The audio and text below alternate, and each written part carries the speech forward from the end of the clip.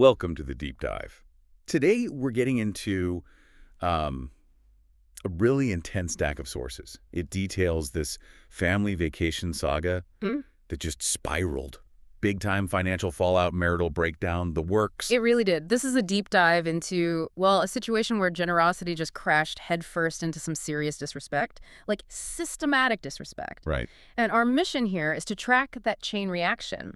How did these little slights, these perceived social cuts on a luxury trip, turn into someone using financial power as, well, as leverage? And how did that ultimately blow up a marriage that maybe was already kind of shaky? Exactly. It exposed everything. Okay, so let's set the scene. Context is key here.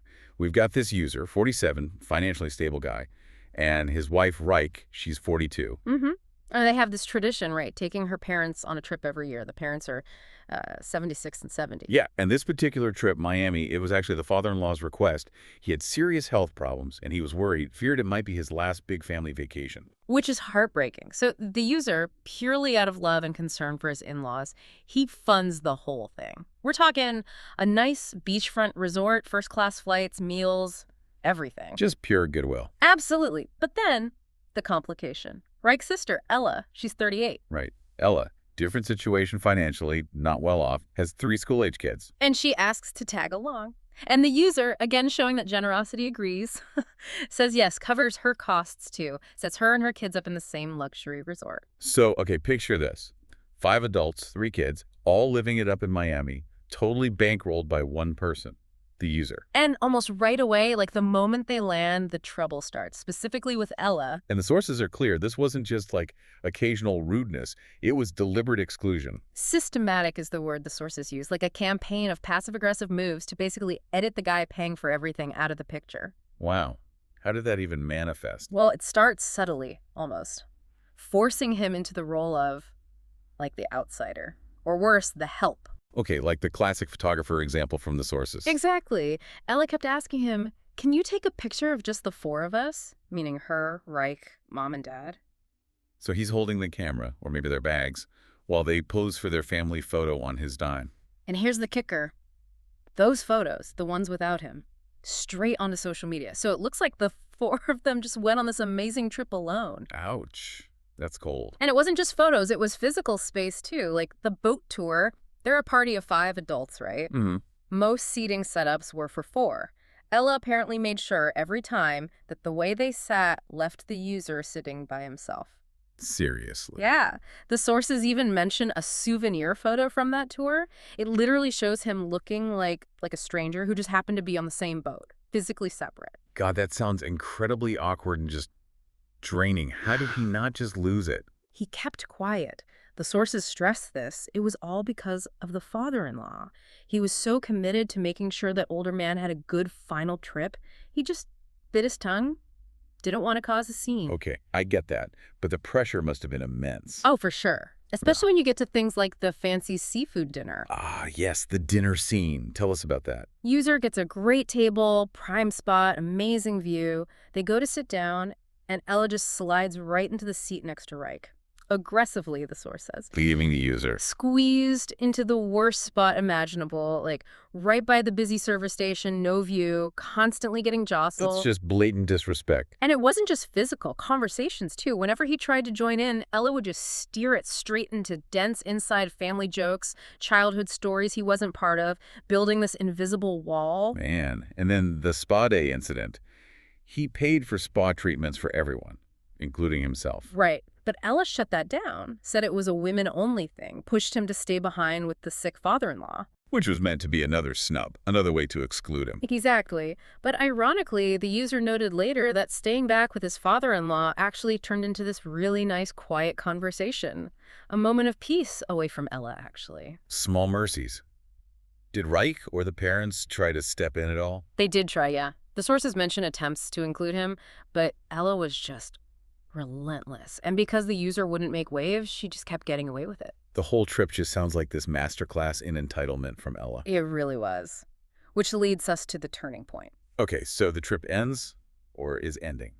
What happens? The user finally confronts Reich, asks her about the constant exclusion and, lays out how hurtful it was. And her reaction. This is crucial. She admitted it, and she said she saw his pain, saw what Ella was doing, but She refused to confront Ella, Why not? said it would ruin the trip for her parents, didn't want to cause drama right at the end, especially given the father's health. Wow.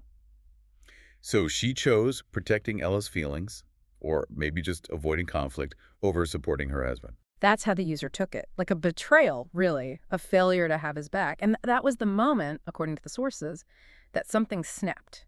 The relationship fundamentally shifted in his mind. So if asking for basic respect didn't work, if his feelings didn't matter, what was left? Money. The financial power he held. This is where it stops being about absorbing pain and starts being about, well, calculated consequences. Justice, maybe? Or revenge, depending on how you see it. He decides to use the leverage he has. Precisely. He figured if his goodwill and emotional contributions meant nothing to Ella, maybe the only language she'd understand was financial. Okay, so walk us through the checkout scene. This sounds like something out of a movie. It's pretty dramatic. First, he sends Reich and the in-laws ahead to the airport, tells them to get assistants sorted for the father-in-law, gets them out of the way. Smart move. Then he goes to the front desk, asks them to separate the bills. Now, the main room costs were prepaid. Right. Flights, rooms, all covered up front. But all the extras. The room service Ella and her kids were ordering constantly, the minibar raids, the extra spa treatments she booked, those were all charged to the rooms at checkout. Ah, I see where this is going. He pays his bill, pays the in-laws bill, no problem, but every single charge incurred by Ella's room. He tells the hotel to charge it directly to her, put it on her card. Oh, boy. They summon Ella down to reception. She walks up, probably expecting everything's handled, and boom, they present her with this massive bill. How massive? Almost the equivalent of her husband's entire monthly salary. Whoa, okay. That's not pocket change. Not even close. And of course, she tries her card, declined, Right. right there in the fancy hotel lobby, staff watching, other guests around. Total humiliation. Mm-hmm. Did she finally apologize? Ask the user for help? Nope. Too proud, apparently. The source says she just stood there, stunned, then had to make this incredibly awkward call to her husband back home. Who must have been furious. Absolutely livid, we learn later, had to transfer the money immediately to cover this huge unexpected debt. That financial hit alone must have caused chaos back home. Engineered to do just that, create immediate conflict. But the user wasn't quite done. There was one final touch at the airport. What else did he do? After Ella's husband finally got the money transferred and she dealt with the hotel, they all head to the airport.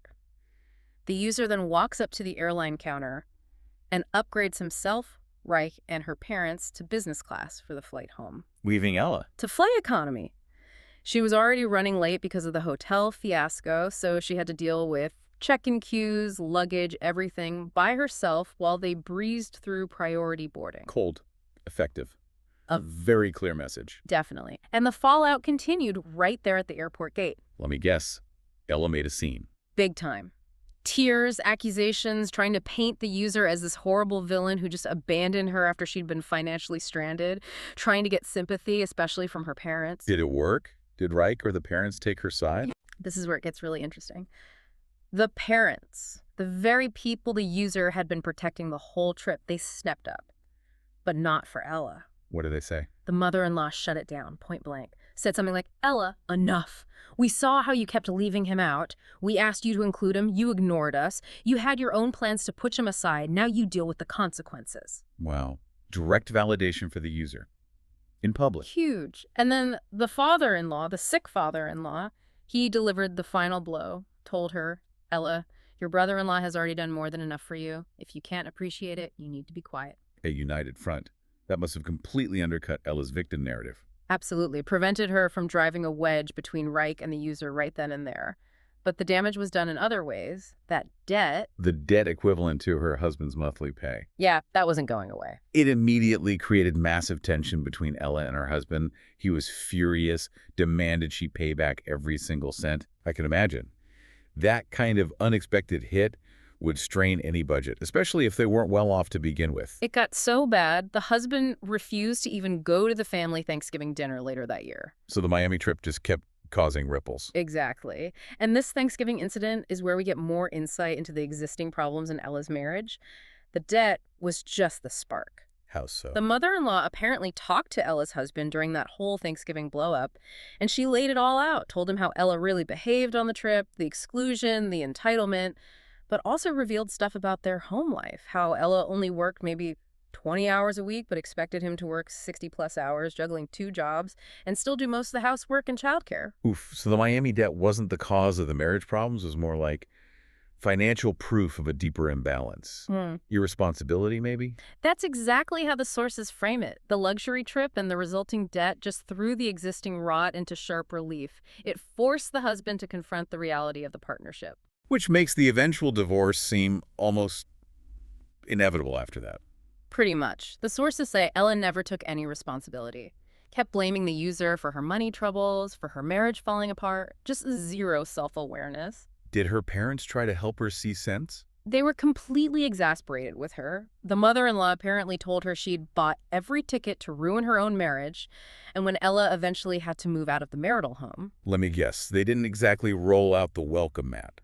emphatically no, refused to let her stay with them. They were done enabling her behavior. What about the husband? Did he blame the user at all? Remarkably, no. He saw the debt as the final straw, sure, but he recognized the core issue was Ella's lack of commitment, her irresponsibility. He knew the marriage was broken before Miami. And he gave her that stark choice about living arrangements, right? Yeah, really telling. He said, basically, option A, you stay here, you step up, you run the house, take care of the kids full-time while I work. Yeah.